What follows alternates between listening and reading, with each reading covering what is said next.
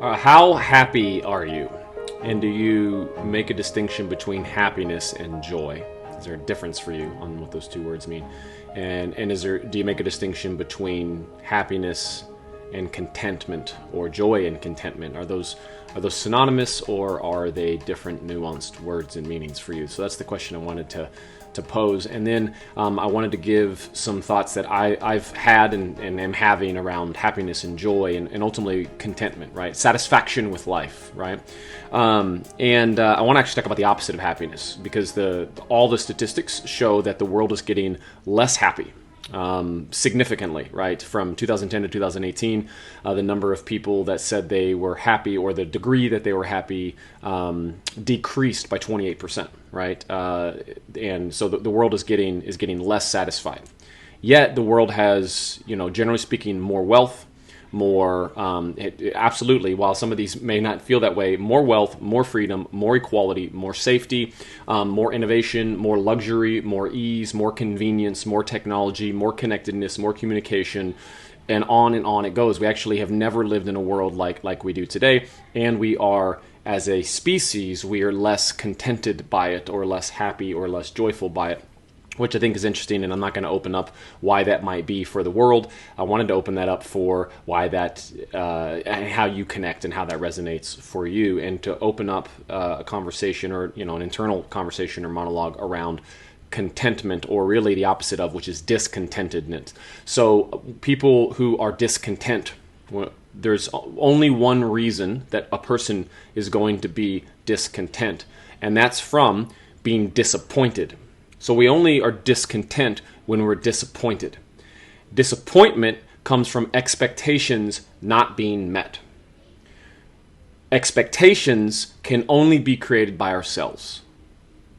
So if we stop the loop there, that means our discontent is directly caused or in relation to the expectations that we set for ourselves.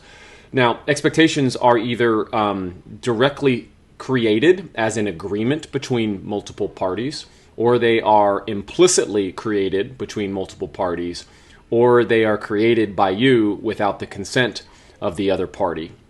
And so anytime I feel discontent, it's because I'm disappointed that something I thought ought to happen didn't happen, which means something or someone didn't meet my expectations, so I have to go and explore my expectations and where I set them. If I have an agreement and someone, a mutual agreement, a signed agreement, i.e. a contract or a verbal commitment, and someone doesn't meet that, then it stands to reason that I would be dissatisfied, disappointed, discontented. And of course that can manifest in anger, frustration, sadness, whatever, right?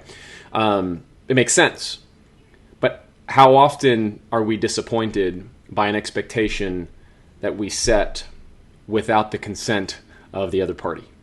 It was an expectation that we created without involving them. And the root of our discontent is our own disappointment with an expectation we set without the consent of the world or the people that we expected it from.